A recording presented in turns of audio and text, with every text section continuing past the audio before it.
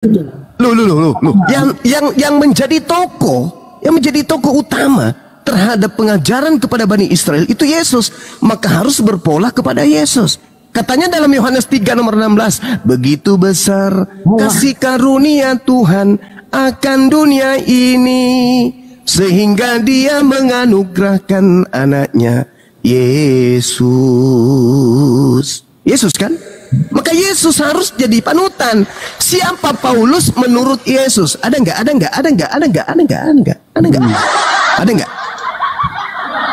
Kata Yesus, Paulus adalah.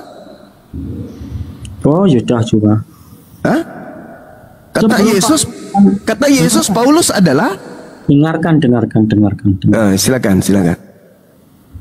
Kamu banyak ngomong supaya kelihatan benar gitu loh, Kang.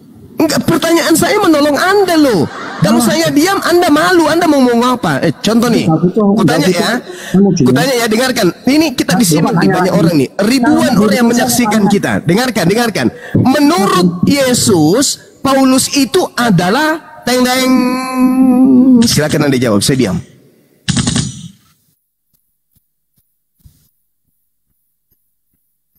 Silakan dijawab Pak Christian.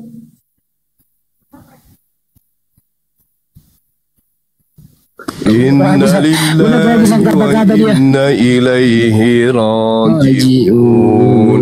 Kehabisan kata-kata, mau kemana? Saya justru menutupi kemaluannya, menutupi ketidaktahuan saudara pendeta Kristen ini dengan sengaja saya timpali. Karena kalau saya biarkan bicara, dia mau ngomong apa? Coba, silakan. Mau ngomong apa? Coba, ayo. Dah. Selain Paulus kan ada murid-murid Yesus. Murid-murid Yesus yaitu Petrus, Yakobus, Yohanes dan kawan-kawan ya. Mereka juga mengajarkan bahwa Yesus adalah Tuhan. Bukan Paulus doang yang mengajarkan Yesus adalah Tuhan. Itulah yang pertama itu murid-murid Yesus. Tapi kenapa Anda itu kok antipati dengan Paulus gitu loh. Paulus itu setelah para murid-murid itu mengajarkan Yesus adalah Tuhan, mereka benci dengan para murid-murid yang mengajarkan itu. Gitu loh Bang. Tapi Anda memframing Paulus seolah-olah sebagai pribadi yang sesat, jahat. Loh, itu pola pikiran Anda gitu loh. Jadi intinya Paulus mengajarkan Yesus adalah Tuhan kan Anda tentang itu. Intinya akan di situ. Padahal yang mengajarkan Yesus adalah Tuhan bukan Paulus doang. Para murid-murid Yesus. Paulus ini setelah para murid-murid mereka ini mengajarkan Yesus adalah Tuhan. Ketika hari Pentakosta, Petrus berkhotbah dalam satu hari 3.000 orang bertobat. Kisah Rasul 2 ya, dibaptis. Nah inilah yang menimbulkan suatu iri hati pada Paulus sehingga mereka mengejar-ngejar, menyiksa para pengikut Yesus yang percaya Yesus adalah Tuhan. Tapi dalam proses pengajarannya dia ke Damsyik, akhirnya dia mengalami perjumpaan penglihatan dengan Yesus, akhirnya dia bertobat, terima Yesus dalam hidupnya, dari orang jahat jadi baik, dan dari orang yang melawan ajaran Yesus, dia menyebarkan Yesus adalah Tuhan. Jadi kebanyakan Muslim itu memusuhi Paulus karena mengajarkan Yesus adalah Tuhan. Padahal yang pertama kali mengajarkan itu para murid-muridnya Bang Jumat. Jadi kalau mau adil, para murid-muridnya itu juga sama dengan Paulus, mereka sama. Tapi kenapa yang di framing itu Paulus doang, dengan berbagai asumsi, narasi, Paulus itu begini, begitu, tidak punya silsilah, yang apa, tidak jelas latar belakangnya. Itu adalah framing-framing yang dibuat oleh Juma, yang kelihatannya supaya benar. Begitu. Udah, ini rendah kali narasinya.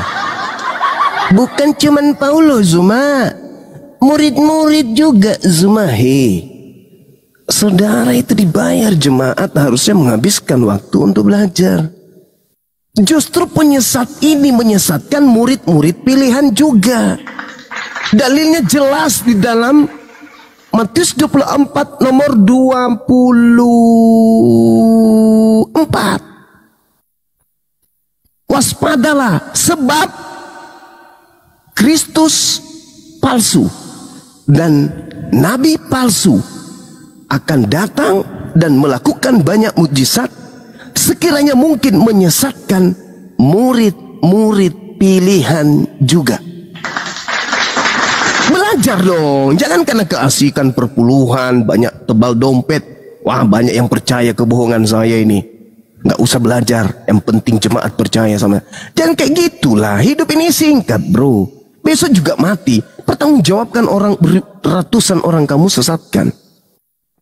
Kalau Anda mengatakan murid-muridnya juga bla bla, ingat, di dalam Kisah Para Rasul nomor 15, Kisah Para Rasul 21 nomor 15 sampai nomor 26, Anda baca satu perikop di sana.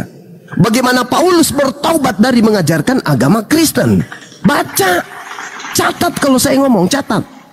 Kisah Para Rasul 21 nomor 15 sampai nomor 26, Paulus bertaubat dari mengajarkan agama Kristen. Ketika dia pulang ke Yerusalem, Paulus bertaubat. Paulus mentahirkan diri dan bahkan Paulus mempersembahkan persembahan kurban seperti yang dilakukan oleh Nabi Musa. Belajar dong.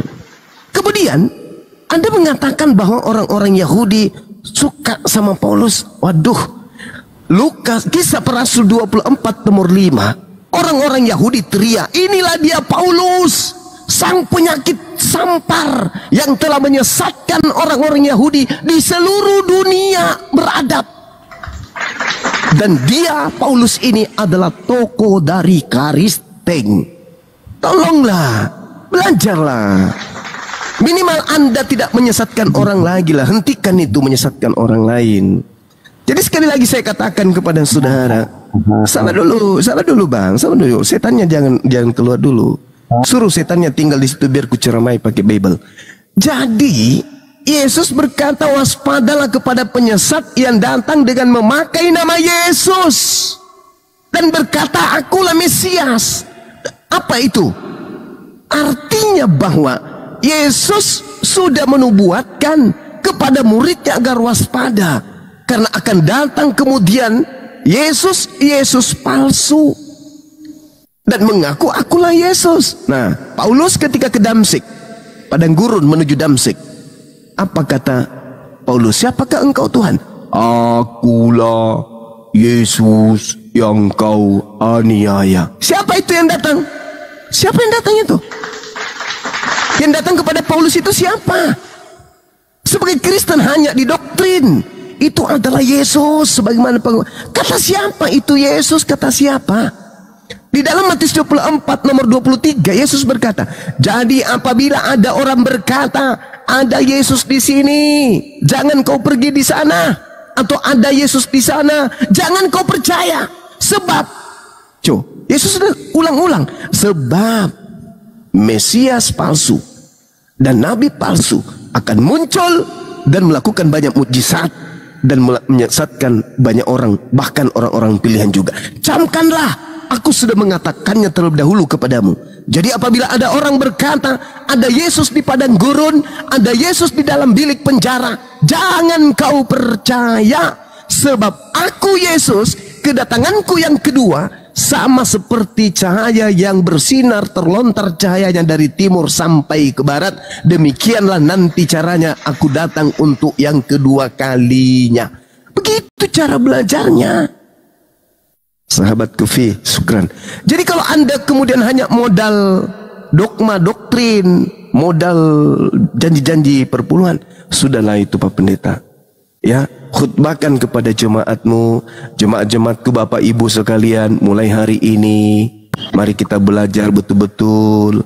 Ternyata yang kita sembah selama ini adalah Kristus palsu, Mesias palsu yang Yesus nubuatkan di dalam kitab kita sendiri. Begitu caranya.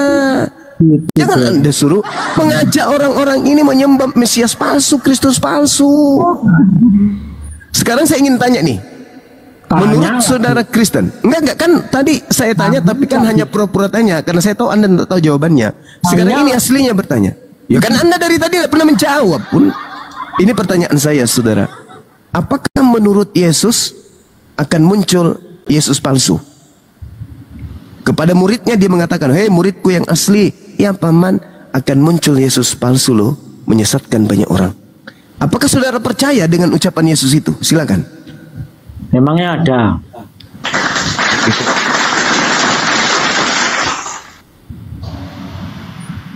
Ya, emang ada toh. Ucapan Yesus itu Anda nggak percaya gitu? Ya ada enggak? Yesus palsu mana? Mana? Ada. Kalau tidak ada berarti Yesus bohong. Mana yang betul? Loh.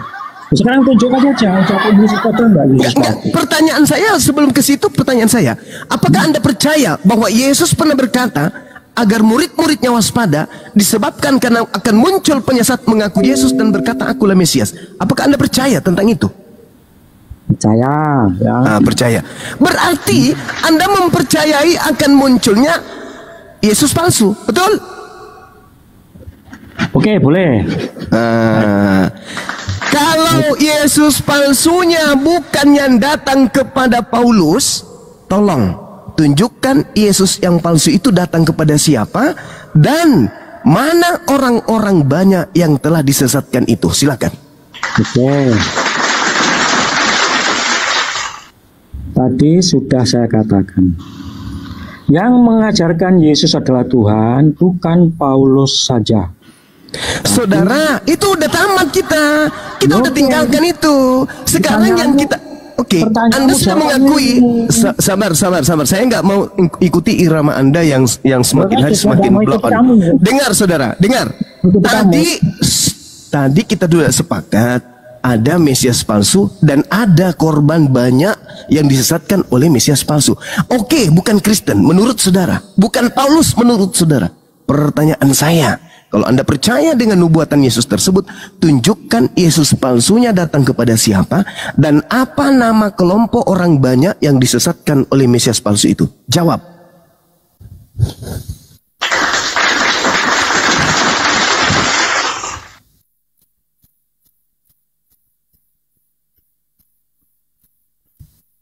Wa iyad'una illa syaitanan marida.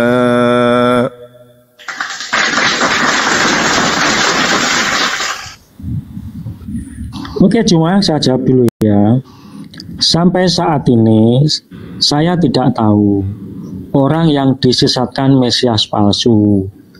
Dan Paulus itu bukan Mesias palsu. Sebab apa yang diajarkan Paulus sama juga yang diajarkan oleh para murid-murid Yesus. Dari kehidupan Paulus, perubahan hidupnya dari orang jahat jadi baik itu mencerminkan karakter Kristus, pribadi Kristus, dan ajaran-ajaran Paulus di dalam surat-suratnya adalah ajaran-ajaran moral yang baik, menekankan kekudusan, kasih, kedamaian, cita-cita, damai, sejahtera, kelemah lembutan. Jadi kalau dibilang sesat, tolok ukurnya adalah orang yang pikirannya sesat saja. Oke, tidak ada jawaban. Saja cukup ya. Tidak ada jawaban, tidak ada jawaban. Jadi begini. Tidak ada jawaban. Tidak ada jawaban. Tidak, saya tidak tahu mana orang yang banyak disesatkan itu. Yesusnya, saudara, Yesusnya itu sudah mengatakan bahwasanya dari buahnya kamu bisa melihat dia nabi palsu itu. Apa itu? Paulus orang mengajarkan kasih, mengajarkan dari buahnya kata Yesus, kamu bisa melihat nabi palsu itu dari buahnya. Pertama memanggil aku Tuhan, bernubuat pakai namaku, mengusir setan pakai namaku, bermujizat pakai nama Yesus. Pada saat itulah aku akan berterus terang kepada mereka, enyahlah daripadaku, kalian semua adalah pembuat kejahatan, aku tidak mengenal kalian. Kok Anda mengatakan aku tidak tahu siapa yang banyak itu? Hei, sudah jelas-jelas simbol-simbol, tanda-tanda daripada pengikut Mesias palsu. Yesus sudah uraikan, memanggil aku Tuhan, bernubuat pakai namaku, bermujizat pakai namaku, enyahlah daripadaku. Aku tidak mengenal kalian. Kalian semua adalah pembuat kejahatan. Kok Anda pura-pura nggak kenal sih, Cak Ayu? Memang saya nggak tahu kok. Ya jelas nubuat itu bukan untuk Allah. Kamu mempromeng bahwa itu bulan Februari kemarin pas Natalan, Bapak terima perpuluhan berapa ratus juta, Pak? Banyak. Banyak. Bisa tidak kira-kira Anda tinggalkan itu demi keselamatan Anda? Tidak. Tidak. Makanya Anda akan berusaha supaya tidak keciduk bahwa yang dimaksud kelompok orang yang banyak yang disesatkan itu adalah Anda, dan Anda adalah tangan-tangan kanan setan untuk menyesatkan anak keturunan Adam. Makanya Yesus berpesan kepada muridnya Bani Israel, "Hei Bani Israel, waspadalah kepada penyesat yang datang kepadamu." Bani Israel waspada kepada Mesias palsu, makanya mereka tidak menjadi Kristen. Coba lucunya kan ya, Yesusnya ada di Yerusalem, pusat kekristenan adanya di Roma. Nyambung nggak? Nyambung nggak? Nggak nyambung. Nggak nyambung. Iyalah. Soalnya Yesus aslinya adanya di Palestina. Adanya di Yerusalem. Yesus yang palsu berkreasi dan berkarya itu di Roma, Vatikan, lalu kemudian menyebar ke seluruh penjuru bumi. Begitu, Cak Kangkung. Berhentilah itu perpuluhan, berhenti. Mending pulang kampung, beli cangkul, Anda tanam singkong. Daripada Anda banyak duit tapi menyesatkan banyak orang. Udahlah Bang, udah. Mending beli cangkul. Atau paling bagus beli linggis. Banyak ruko-ruko tutup kalau malam itu bisa, banyak isinya di dalam. Cuma kamu ya. Daripada Anda menyesatkan banyak orang, Anda akan mempertanggungjawabkan di hadapan Tuhan nanti. Kalau Anda cuma bermodalkan linggis, banyak Alfamart tutup kalau malam, Anda bisa manfaatkan. Yang masuk neraka cuma Anda sendiri. Tidak ada yang nuntut, aku masuk neraka karena Bapak ini. Enggak. Tapi kalau Anda modal linggis, Anda sendiri yang berdosa. Tapi kalau Anda modal mulut di depan mimbar, banyak orang yang Anda sesatkan. Kasihan mereka, Pak. Saran saya berhenti aja, beli cangkul atau beli linggis. Kalau beli cangkul berarti jadi petani, tanam singkong. Kalau beli linggis berarti ya Alfamart, kan gitu. Itu pilihan Bang, silakan. Daripada Anda menyesatkan orang, saya sih cuma kasih solusi. Kasih solusi. Dari awal sudah sadar. Apapun omongan si Juma itu tong kosong. Kira-kira iblis mau nggak dinasihatin Bang? Kira-kira iblis mau nggak dinasihatin? Mau nggak? Tidak Bang. Tapi Anda sebagai manusia, minimal setelah ini Anda merenung. Benar juga kata saudara saya Sume ini ya. Apa yang disampaikan di Bible ini kok betul semua. Ya Tuhan, berilah aku petunjuk Tuhan. Nah, belajar baik-baik. Renungkan dari lembaran Bible, dari lembaran lain. Pelajari baik-baik. Tak ada gunanya kita kaya raya Bang, tapi hidup dikekal nanti neraka. Untuk apa? Untuk apa banyak duit? Ya toh, untuk apa banyak duit tapi hidup singkat? Paling kalau saya hitung-hitung, Anda hidup di dunia paling sisa 2 hari 3 hari. Tobat, kamu pun masih ada kesempatan. Daripada di kehidupan berikutnya kekal neraka. Gitu Bang. Loh, Yesus mengatakan, "Enyalah daripadaku, kalian semua adalah pembuat kejahatan." Kemana perginya pembuat kejahatan? Baca Matius 13 nomor 50. Pembuat kejahatan dilemparkan ke dalam api neraka yang menyala-nyala, kekal di dalamnya.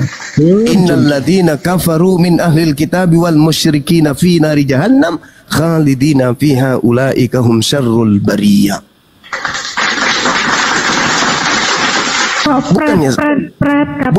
Bukan saya mau menghina saudara, enggak. Beruntunglah kalian ini, saudara Kristenku yang dibawa. Beruntunglah kalian yang hidup di zaman para apologet Islam itu pada berlahiran di mana-mana. Karena mereka lah, dari mulut-mulut mereka lah ini kalian mendapatkan petunjuk. Dari mereka memutar balik sampai benar. Oh enggak, silakan Anda uji apa yang saya sampaikan dengan isi Bible Anda habis ini. Anda turun, buka Bible, Anda pelajari, Anda renungkan dengan hati Anda, dengan kepala saudara. Harta yang paling berharga pada apa yang ada dalam diri saudara Kristen ini adalah akalnya, bukan dompetnya, tapi akal. Duduk, renungkan, ingat. Nah, ini malam ini sudah saya renungkan, Bang. Tahu perenungan saya? Apa tuh? Apa? Renungan saya isi Bible tidak bisa dipahami menurut pola pikir si Juma yang hanya diisi. Ya sudahlah, itu hanya ucapan kesombongan.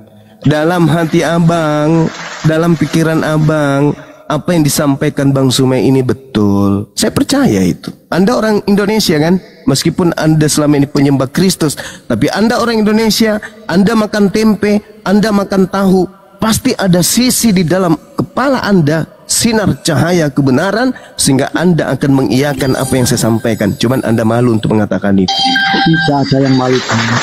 Ya, jangan sombong, saudaraku, jangan sombong. Habis ini Anda turun, Anda renungkan ucapan saya.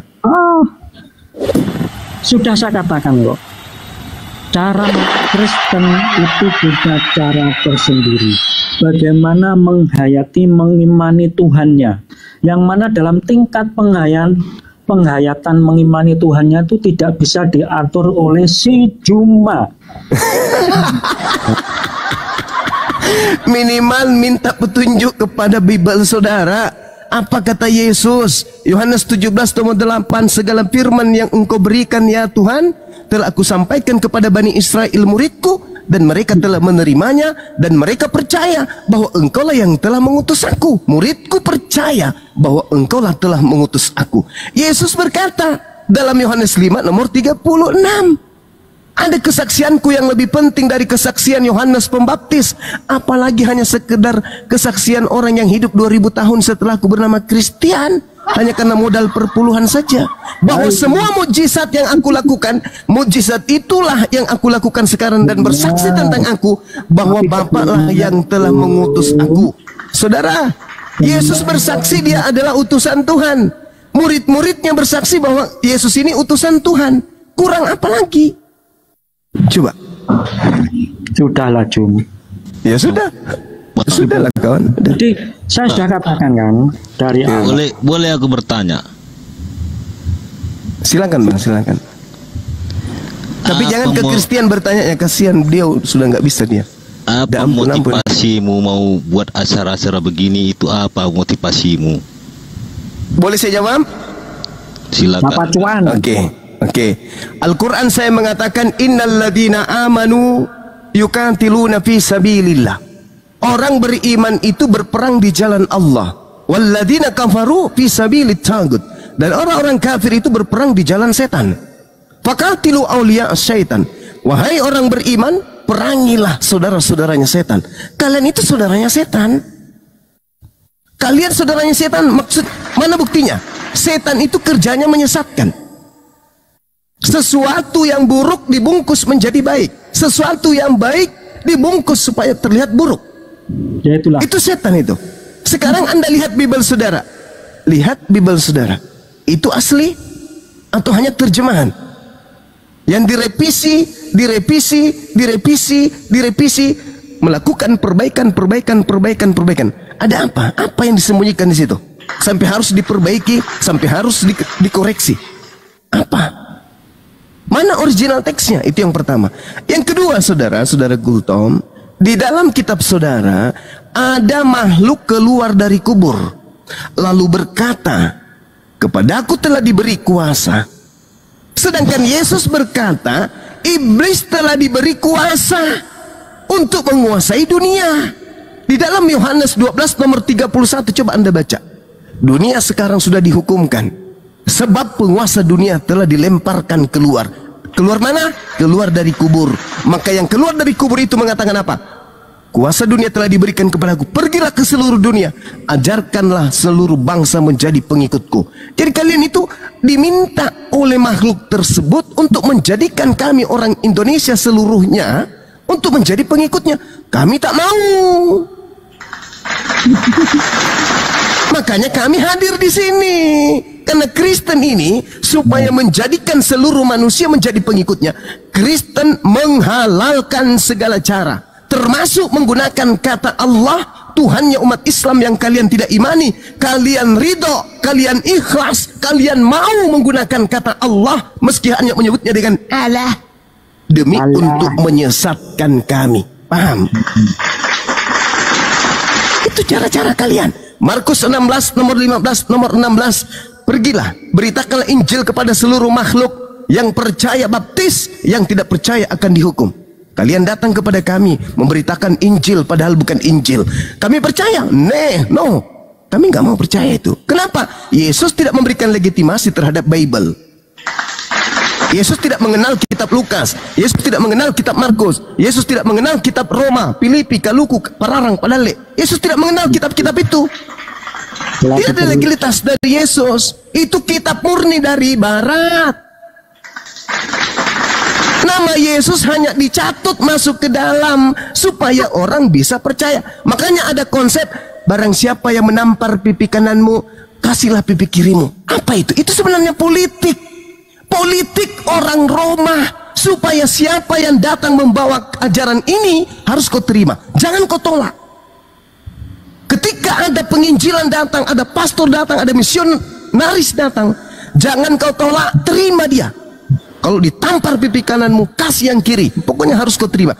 Itu konsep doktrin yang diajarkan oleh Vatikan Romawi pertama kali mengajarkan agama Katolik kepada seluruh wilayah-wilayah jajahannya. Pelajari secara histori itu. Pelajari. Yesus sendiri berkata apa? Barang siapa yang menjadi seteruku dan tidak mau menjadi rajaku, bawa ke sini, bunuh dia di depan mataku. Itu kata Yesus. Barang siapa yang tidak membenci ibu kandungnya, bapak kandungnya, adik kandungnya, saudara kandungnya, anak-anaknya, dia tidak bisa menjadi pengikutku. Yesus itu keras, tegas. Yesus itu demi menyelamatkan Bani Israel, dia keras, tegas. Datang kalian, barang siapa yang menampar pipi kananmu, kasihlah kirimu. Coba kau susun pendetamu besok di Senayan, undang saya biar ku tampar satu-satu. Ajaran teoritis yang bullshit, yang tidak rasional. Saya buktikan ya, ajaran Kristen itu kasih atau tidak. Saya buktikan, saya ini pelaku sejarah yang akan dikenang oleh seluruh rakyat Indonesia sampai keturunan kesekian. Saya mengadakan acara Islam di wilayah saya sendiri, di tempat saya sendiri. Tiba-tiba datang kristenisasi pelacur agama, membawa kado berupa baju kaos tertuliskan ajakan menjadi Kristen. Saya tolak. Kenapa? Karena yang datang membawa itu adalah penyesat, penista bernama Lina Tidak Jaya. Datang menyidak kami yang sedang mengadakan ajaran Islam internal agama kami adakan. Datang bawa baju kaos. Lalu baju kaos itu saya tolak dan saya bakar. Saya dilaporkan polisi. Ini ajaran terasi, bukan ajaran kasih. Ajaran terasi kok maksa kali orang mau jadi pengikutnya. Sampai dia datang bawa baju kaosnya saya tolak. Itu kan sudah diberikan kepada saya kan. Sesuatu yang sudah kita berikan kepada orang lain, itu adalah hak siapa yang kita berikan. Saya ambil, itu hak saya. Saya mau pijak, saya mau ludahin, saya mau kencingin, saya mau berakin, saya mau bakar, itu hak saya. Karena itu sudah punya saya. Kok saya dilaporin? Ajaran kasih tak sampai. Gitu saudara. Jadi kalau Anda bertanya kenapa harus ada? Yes, harus ada supaya anak-anak Islam di negara ini terlindungi dari ajaran penyembah Kristus. Sedangkan Yesus mengatakan waspadalah kepada Kristus palsu yang menyesatkan banyak orang. Paham sampai sini? Kalau tidak paham, silakan pertanyaan berikutnya. Paham. Nah gitu dong. Ukur kebenaran apa yang diomongkan cuma. Syukran. Cuma. Iya kawan. Kau bilang kau sudah belajar kitab Injil kan? Bible yang saya pelajari. Injil sudah ada. Injil itu kitabnya Nabi Isa. Ya. Kau anggap Bible kami itu salah di matamu? Loh, kalian yang menyalah-nyalahi isi Bible kalian, kok jadi saya yang salah? Saya menguraikan bahwa Yesus tidak mengenal kitab saudara. Kitab saudara itu aslinya berbahasa Greek, bahasa Yunani yang muncul di Indonesia. Bukan bahasa itu, bahasa Indonesia. Sama kau sudah belajar itu semua? Saya sudah baca, saya sudah pelajari. Sudah pelajari. Iya. Nah, kalau kau anggap itu Bible kita salah, coba kau perincikan Bible yang benar itu gimana? Hei saudara, saya tidak pernah mengatakan Bible Anda salah. Dari dulu-dulu saya sudah mengatakan Bible Kristen itu benar. Benar-benar bukan firman Tuhan. Iya. Itu yang firman Tuhannya itu macam mana? yang Coba datang kepada perincikan. Nabi Isa. Iya, perincikan satu persatu. Itu kitabnya Bani Israel datang kepada Nabi Isa, bukan kitab saya. Baca Markus 1 nomor 14. Yesus datang ke Galilea ketika Yohanes Pembaptis ditangkap. Dia mengajarkan Injil Allah. Hei, itu data. Yesus tidak mengajarkan datang ke Galilea dan mengajarkan Markus, mengajarkan kitab Yohanes, mengajarkan kitab Roma, Galatia. Nehi mericik tumberjahe. Yesus Ya, tidak terus yang mengajarkan benarnya buku-buku gimana? itu. Terus yang benarnya gimana, Juma? Yang benar itu adalah Anda baca Yohanes 17 nomor 8. Segala firman yang engkau berikan kepadaku telah aku sampaikan. Artinya apa? Sebelum muncul kitab-kitab kalian, menurut penelitian kesaksian yang tidak diketahui siapa namanya, yang bersaksi kepada penulis buku Yohanes, tertulis dalam Yohanes 21 nomor 24 dan 25, dia mengatakan bahwa Yesus sebelum terangkat ke langit, segala firman telah ia sampaikan kepada muridnya, dan rangkuman segala firman yang diterima muridnya menghantarkan murid-murid Yesus mengimani Yesus sebagai utusan Tuhan. Bentar Juma, bentar. Baca Bible kalian. Saya bingung dengan Juma. Oh, harus bingung. Bingung. Tadi ngomong, dengarkan kok Juma kalau ngomong. Ya, baik. Bingungnya gini Juma. Ya. Tadi berkata Yesus tidak melegalisasi kitab Matius, Markus, Betul. Lukas, Yohanes. Betul Tapi sekali. kenapa kok comot-comot ayat itu? Saudaraku, Udah dijilat hei, lagi. saudaraku, untuk membuktikan sebuah uang itu palsu atau tidak palsu, yang kita kaji adalah uang palsu itu. Untuk menguraikan uang itu palsu atau tidak, uang palsu itulah yang akan menampakkan kepalsuannya sendiri. Ketika saya mengutip isi daripada Bible saudara, ingat, jangan kamu sia-siakan upaya Lukas, Theophilus yang mulia. Banyak orang yang menulis tentang peristiwa-peristiwa, kejadian-kejadian yang terjadi di antara kita. Maka saya terpanggil untuk menyusunnya kembali. Jadi Lukas melakukan penyusunan berita-berita yang telah terjadi. Tapi sepalit apapun, sesahih apapun cerita yang disusun oleh Lukas, itu bukan firman Tuhan. Saya nih memberitakan kepada saudara Bible, saya ambil data ini ke data ini, data ini ke data itu, bukan memberitakan firman, tapi memberitakan peristiwa yang terjadi berdasarkan catatan wartawan Lukas, wartawan Markus, wartawan Paulus, dan seterusnya. Cobalah loncatan berpikirnya itu sedikit dinaikkan. Jangan cuma bisa perpuluhan aja. Begitu saudara, pendeta Christian Jupri yang unyu-unyu. Silakan. Jangan kalian ini tidak sunat hati.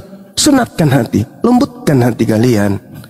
Ingat, seorang pengacara, ya, penasihat hukum, bukan dia yang punya lahan, bukan dia yang punya tanah, dia bukan punya harta. Tapi ketika dia menjadi penasihat hukum, dia lebih menguasai materi yang ada daripada si pemilik tanah itu sendiri. Inilah yang terjadi dengan kalian Kristen. Kalian yang punya kitab, tapi karena kalian hanya dasar dogma doktrin dari pendeta di gereja, kalian tidak ada waktu untuk mengkaji secara akal naluri Bible itu. Kamilah yang terpanggil karena demi keselamatan kalian. Karena Al-Quran kami mengatakan, uda'u ila sabili rabbika bil hikmah. Ajaklah mereka, serulah mereka kepada jalan Tuhan dengan cara yang baik. Kan begitu kawan. Makanya saya sangat-sangat suka kalau ada orang Kristen datang tidak menghujat. Karena kesempatan saya untuk menyampaikan kebenaran yang tertulis di dalam Bible itu sendiri. Coba saya katakan begitu kan. Kesempatan saya untuk menyampaikan kebenaran yang ada di dalam Bible itu sendiri. Coba kurang apa lagi Bang Suba? Kebenaran yang ada di dalam Bible itu sendiri. Aku sampaikan kebenaran sebagai alur cerita yang ditulis oleh para wartawan, bukan kebenaran firman Tuhan. Gitu maksudnya. Oke, bagian dapur tolong bikin anu dong, kopi campur masako dulu. Capek aku ini. Ada Ustaz Napi, silakan. Ustaz silakan. Masya Allah. Lanjut abangku. Masya Allah. Lanjut Bang Gultom, silakan. Kalau pendeta Kristen udah pergi meninggalkan Batu Nisan ya? Enggak juga, dia pergi buru-buru ambil Bible, belajar dia. Oh. Mudah-mudahan besok dia pergi beli kacamata baca. Las. Kacamata las. Lanjut Bang Adi, lanjut. Saudara Gulton ini orangnya baik kok. Baru beberapa pasang sendal dia makan. Lanjut Bang Adi. Dengan Bang Gulton. Saya bikin kopi sebentar aja, silakan. Iya. Bro Gultom. Tapi nggak bicara dia Bro Gultom, gimana sih? Lanjut. Aku mau dengar si Juma ini ngomong. Ya kamu udah ngomong tadi. Enggak, dia yang diambil itu berapa baris yang diambilnya, yang disampaikan itu 67 baris.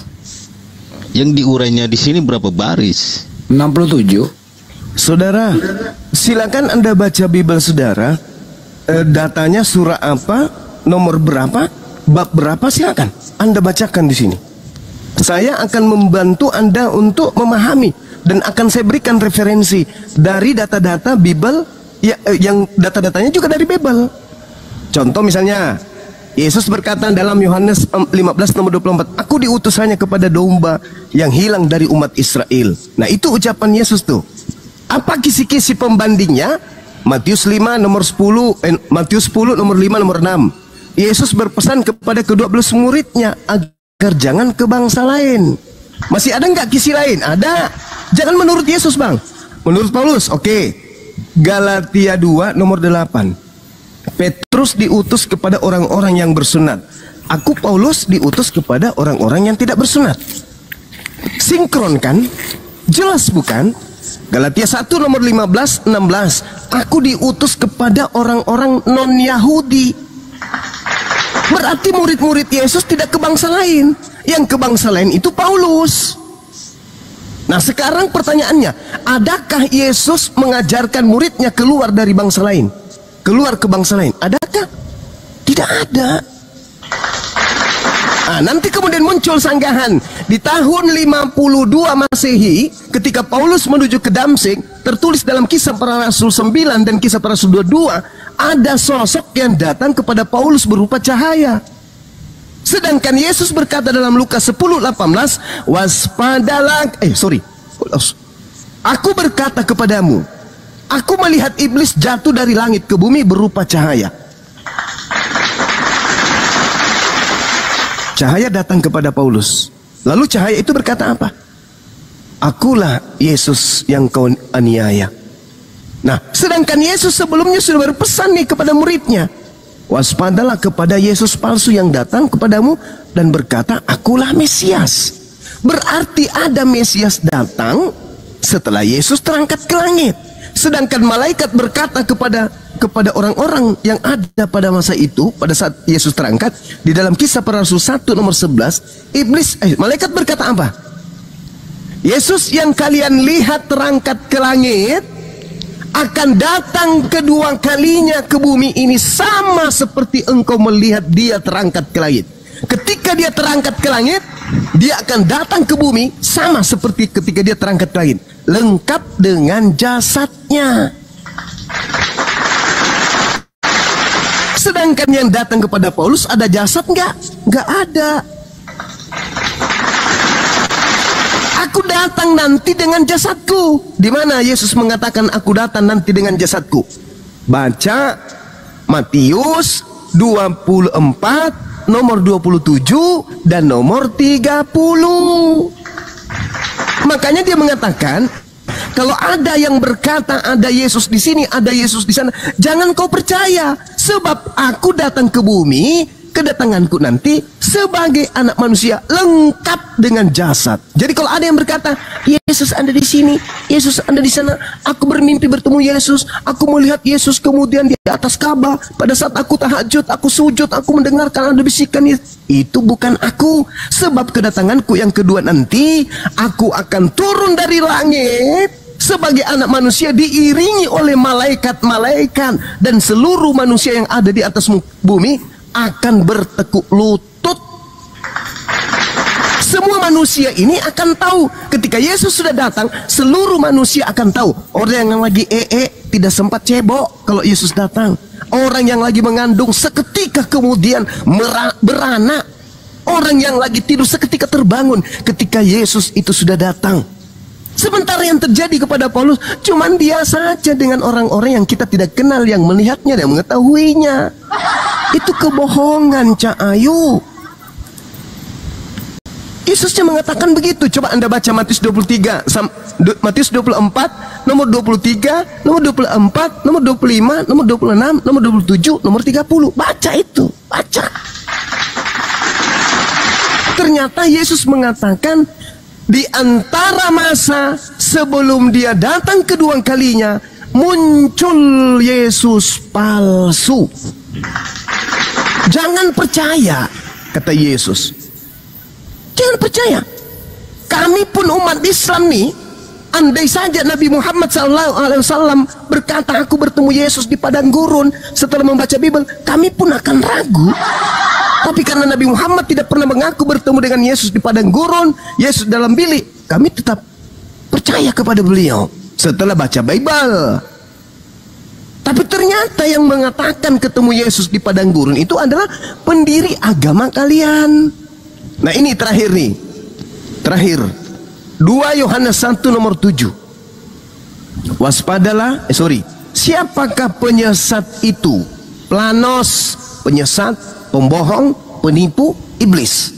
Dalam bahasa Yunaninya planos. Siapakah iblis itu? Siapakah Dajjal itu? Siapakah penyesat itu? Bukankah dia yang pergi ke seluruh dunia, yang tidak mengaku Yesus datang sebagai manusia? Penyesat adalah dia yang tidak mengaku Yesus datang sebagai manusia. Panggil Paulus. Paulus, sini. Kamu bertemu dengan Yesus? Yes. Dia datang sebagai apa?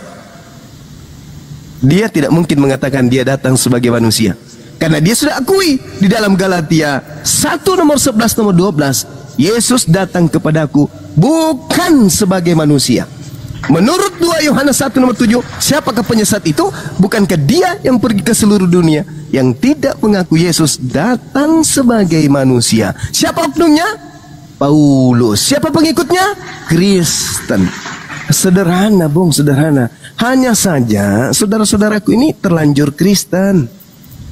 Coba tanya pada diri saudara-saudara Kristen, baik yang ada di Komal maupun yang ada di bawah, atau yang mendengarkan setelah ini. Adakah kalian menjadi Kristen karena proses belajar? Adakah? Tidak ada. Saudara-saudara saya menjadi Kristen karena orang tua lahir sebagai Kristen, atau karena perempuan, atau karena harta dan seterusnya, bukan karena belajar Bible. Tidak ada itu orang menjadi Kristen karena belajar Bible, nggak ada. Kecuali orang yang sudah dari lahir Kristen lalu kemudian membaca Bible. Nah itu mereka kemudian pelajari. Tapi karena sudah didoktrin, otaknya sudah terpatrit bahwa Yesus itu Tuhan, dan selesai. Ketika mereka menemukan dalam Bible yang hanya wartawan punya catatan, menuliskan Yesus mati, Yesus lapar, Yesus tidur, Yesus nete, Yesus kemudian ketakutan, Yesus kemudian ini bla bla bla. Apa kata mereka kemudian sebagai silat lidah? Oh, itu saat dia sebagai manusia. Coba lihat. Pernah tidak pencipta alam semesta ini sebagai manusia? Pernah nggak? Nggak pernah. Apa buktinya? Meskipun saudara Kristen itu berdalih Yesus adalah Tuhan yang inkarnasi menjadi Tuhan, ketika ditanya, ketika Tuhanmu menjadi bayi, siapa yang mengurus alam semesta? Apa kata dia? Ada Bapa. Nah itu coba lihat. Artinya Yesus ini bukan Tuhan. 100% bukan Tuhan dan 100% manusia. Tidak ada itu. Dan 100% Tuhan. Buktinya ketika dia menjadi bayi, mana 100% Tuhannya? Mana? Mana 100% Tuhannya ketika dia jadi bayi? Ketika dia jadi manusia, mana 100% Tuhannya? Harusnya kalau Yesus itu 100% Tuhan, tidak nampak seperti manusia. Karena dia 100% Tuhan. Harusnya kalau Yesus itu 100% Tuhan, tidak menjadi manusia. Karena dia 100% Tuhan. Harusnya ketika dia 100% Tuhan, dia tidak menjadi makhluk. Buktinya dia makhluk, buktinya dia manusia, buktinya dia mati. Berarti dia 100% makhluk dan 100% bukan Tuhan. Nah, itu baru betul. Saya kira begitu, saudara. Silakan Bang Handi, mudah-mudahan saudara kita ini bisa tercerahkan. Silakan. Ya, selamat malam. Bang Gultom gimana? Ada sesuatu yang tidak ingin disampaikan? Bang Gultom? Selamat malam. Iya, malam. Malam. Oke. Boleh saya sedikit bicara? Karena apa-apa, Bang. Silakan, Pak. Boleh. Oke. Anda Muslim apa Kristen?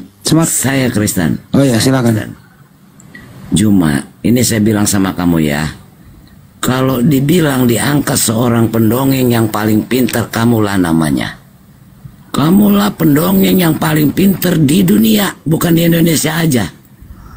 Sekarang kamu setelah menarasikan Yesus kami, saya mau tanya sama kamu, sebagai umat Muslim, apa yang bisa kamu banggakan dengan Al-Quranmu? Muhammad kamu, apa yang kamu banggakan dengan dia? Dia mengawinin anak kecil.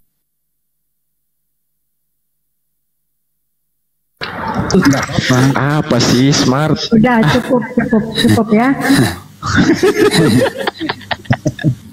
Yang Bang Juma bisa menjawab itu? Mudah. Ya, silakan. Yang pertama nih dari Bible. Orang yang selamat mendapatkan hidup kekal menurut Bible adalah percaya bahwa yang mengutus Yesus itu satu-satunya Tuhan. Saya dulu yang bicara, jangan congok. Dan Yesus itu sebagai utusan Tuhan. Lulus Bisa disematkan sebagai lulus saya, nggak apa-apa. Anda mengatakan saya pembohong, Kamu pendongeng. boleh, silakan aja, silakan, apa-apa, tidak masalah. Al-Quran saya mengatakan innal ladzina qalu rabbunallah tsumma istaqamu. Barang siapa yang berkata bahwa Tuhan itu adalah Allah, itu adalah Tuhannya, lalu tetap istiqomah dalam pendirian tersebut, maka beritakanlah kabar gembira kepadanya tentang surga. Kada aflahal mu'minun, beruntunglah orang-orang mukmin. Tidak ada yang Oh, bagus. Berarti dengan kata lain Anda sudah meludahi Bible. Di dunia. Bawa aja lah kau itu. Nggak bisa diskusi dia. Bisa diskusi kau. Dengan kata lain Anda meludahi Bible. Yang saya jelaskan tadi itu Bible. Harusnya naik ke sini, Bang. Bang Suma, kamu keliru. Di Bible saya itu tidak gitu loh. Ini loh yang betul, ini loh yang benar. Bible saya itu mengarahkan begini. Jangan nyerang pribadi, karena yang saya sampaikan itu adalah isi Bible berdasarkan Al-Quran. Wa iyad'una illa syaitanan marida. Ya kan? Yang mereka sembah itu adalah setan yang durhaka, setan yang terkutuk. Sedangkan Paulus tegas mengatakan, Galatia 3 nomor 13, Kristus. Nah coba, Kristus lagi tuh. Kristus kan yang dikatakan, bukan Yesus kan? Kristus. Sementara Yesus mengatakan waspadalah kepada Kristus yang palsu. Kristus telah menebus Kristen dari kutuk hukum Taurat dengan jalan menjadi kutuk. Dari sini aja ini sudah bohong Paulus ini. Sudah bohong. Kenapa bohong? Nih saya sampaikan pelan-pelan. Hukum Taurat itu tidak berlaku kepada bangsa Kristen. Tidak berlaku kepada orang di luar Yahudi. Mazmur 147 nomor 19 nomor 20. Tuhan mengadakan perjanjian baru kepada Bani Israel, Bani Yehuda.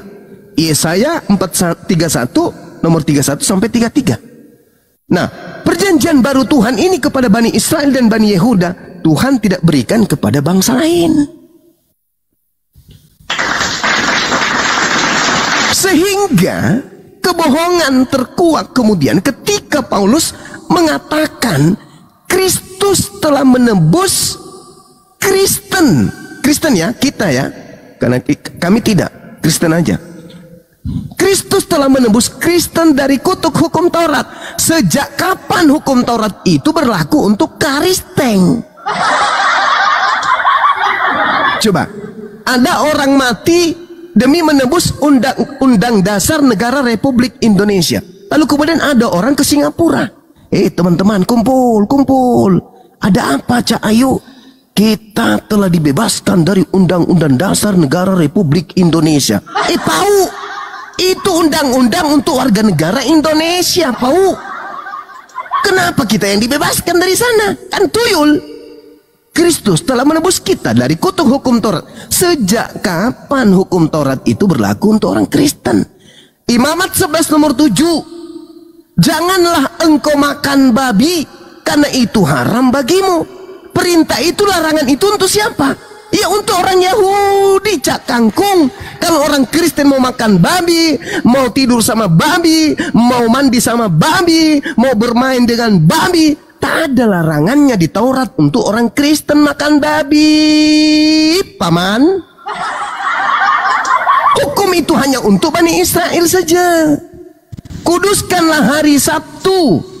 Orang Kristen mau minum tua hari Minggu, hari Sabtu, mau mancing ikan hari Sabtu, mau disko di gereja hari Sabtu, tak ada urusan, karena hukum Taurat itu hanya untuk orang Yahudi, Cak Kangkung. Kenapa kalian yang sibuk? Dari situ aja muncul kesesatan, nampak kesesatan itu bagi orang yang berakal sehat. Kristus telah menebus kita dari kutuk hukum Taurat. Emang kapan hukum Taurat itu berlaku untuk kita? Kapan?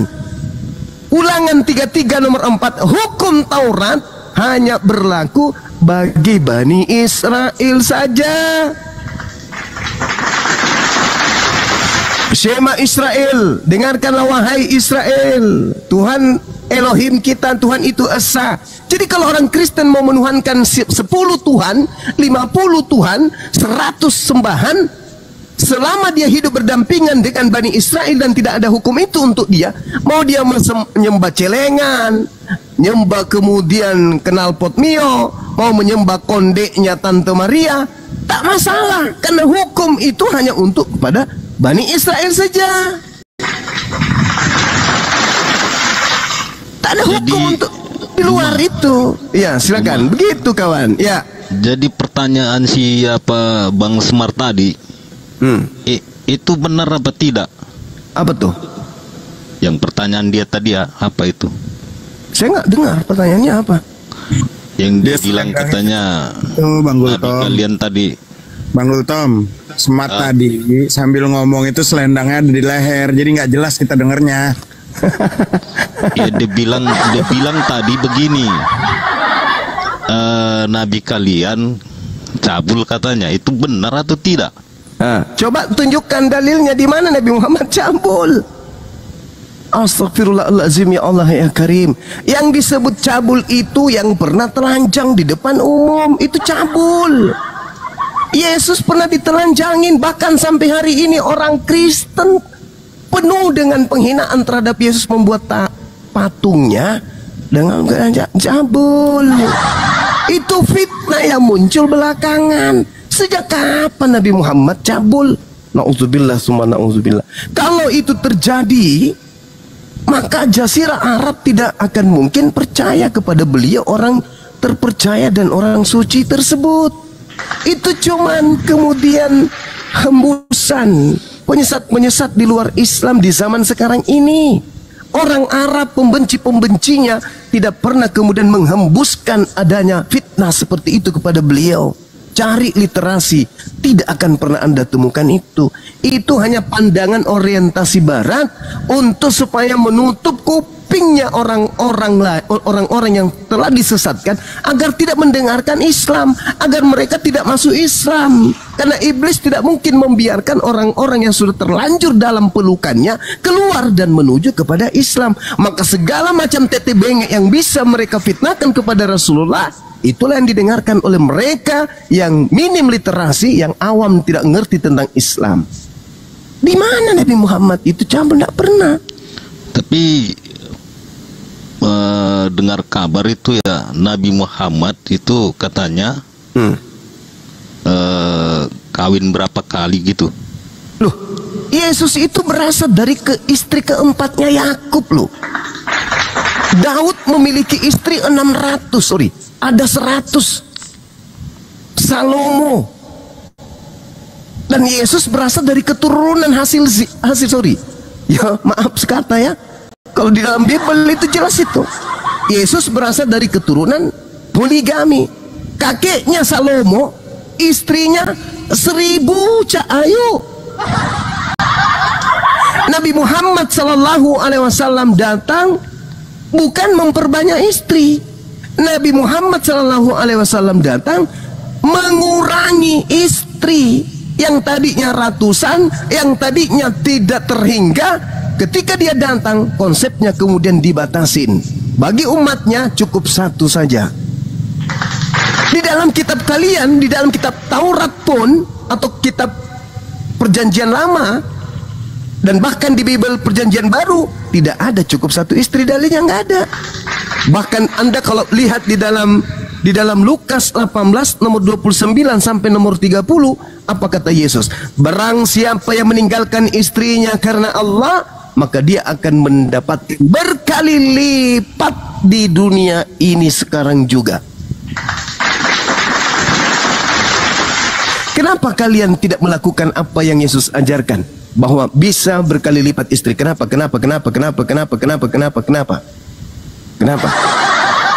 Karena kalian terlalu serakah dengan harta dunia.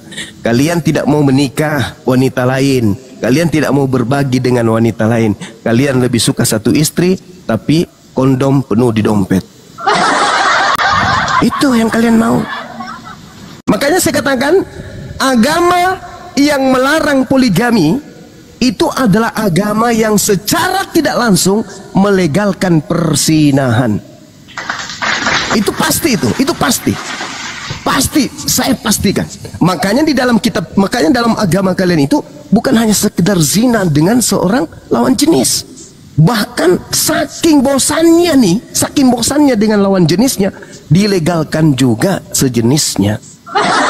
Makanya saya katakan, agama yang membenci poligami, membenci yang halal, karena poligami itu kan halal tuh. Misalnya nih, Bang Suma nikah, punya istri 1, kemudian saya suka kepada seorang wanita lain, dan wanita itu juga suka sama saya. Karena saya takut berzina, saya menikah 2 istri saya, tapi halal. Tapi kalau orang Kristen 1 istri setiap kali kalau di rumah, wah pokoknya kalau pulang ke rumah pura-pura lunglai. Aduh mah capek apa? Capek naik kuda-kudaan barusan, pura-pura capek kerja. 1 istri keluar dari rumah, suka sama seorang wanita yang bukan istrinya. Wanita itu juga suka sama dia. Apa yang kemudian mereka lakukan? Apa yang kira-kira mereka lakukan? Mau kawin, mau nikah, tak boleh, cuma 1 katanya. Lalu apa yang mereka lakukan? Tanya pendeta Joshua Teu, tanya pendeta Sarah. Apa yang mereka lakukan? Tanya Saifuddin Ibrahim. Apa yang mereka lakukan? Tanya pendeta-pendeta kalian. Apa yang mereka lakukan? Saking stresnya, mereka bikin Bible yang khusus untuk 3 huruf itu. Coba. Jadi agama yang membenci poligami itu adalah agama yang secara tidak langsung melegalkan persinahan. Jangan munafik deh, jangan munafik. Kalau kami di Islam, kami suka kepada wanita lain, kami mampu adil, kami boleh menikah, halal. Tapi kalau di kalian, tidak boleh menikah lagi, cukup 1. Apa yang kalian lakukan? Kira-kira Hehehe, cuman pandang-pandangan. Hehehe, cuman lirik-lirikan. Hehehe, tidak mungkin, mustahile. Mustahile. Silakan, Dinda Pera Estar, diambil alih dulu kelasnya, Dek. Saya masak air dulu. Buat kopi campur masako guruna. Yes, siap, tahu kali.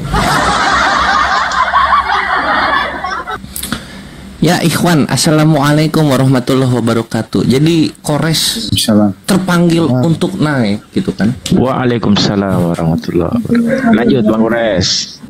Iya, terpanggil untuk naik karena tadi ada yang menghujat gitu. Karena kalau udah menghujat itu lampu hijau buat Kores membongkar aib agamanya, Tuhannya, berhalanya, dan seluruh yang ada dalam imannya.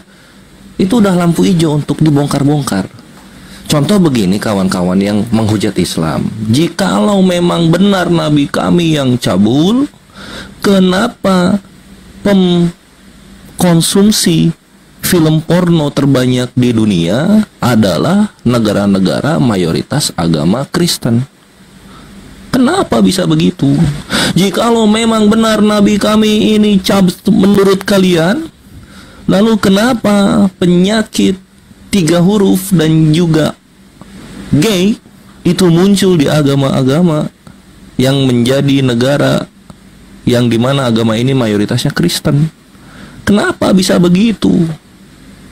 Coba dipikirkan kembali oleh kalian, baca kitab suci kalian baik-baik. Siapa sebenarnya yang junjungannya dan juga Tuhannya kalau berbicara tentang iman selalu kekawin atau zina gitu?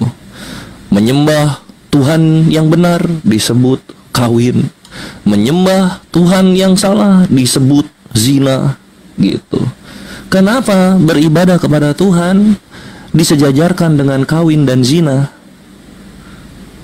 Coba dipikir ke sana gitu loh. Jadi jangan kalian menghujat kalau nanti berbalik kepada Tuhannya kalian sendiri. Ingat, di dalam Islam Allah berfirman di surah Asy-Syu'ara ayat 94 sampai 96, semua berhala-berhala yang kalian sembah itu akan jatuh ke dalam neraka dan bertengkar berkelahi bersama kalian sendiri.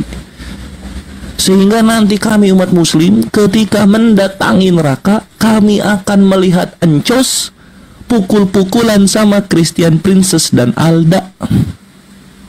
Itu yang akan kami lihat. Kenapa bisa begitu? Karena sudah terbukti di dunianya saja bejat, suka ngerusuh ke agama orang, dibalikin marah-marah. Mereka lupa hukum tabur tuai di dalam iman mereka sendiri gitu. Lu menghujat, lu menabur. Dan ketika kami mengkonter, itulah tuayannya buat kalian. Dan ketika lu menuai, lu kira lu yang akan merasakan tuayannya? Enggak, my bre. Yang akan merasakan tuayannya, wahai para penghujat Islam, itu nanti anak-anak lu sendiri. Ketika nanti anak-anak lu, wahai para penghujat Islam, pulang sekolah, mereka menangis karena tahu bahwa ternyata surganya mereka mengawini Tuhannya sendiri. Itu yang terjadi. Jadi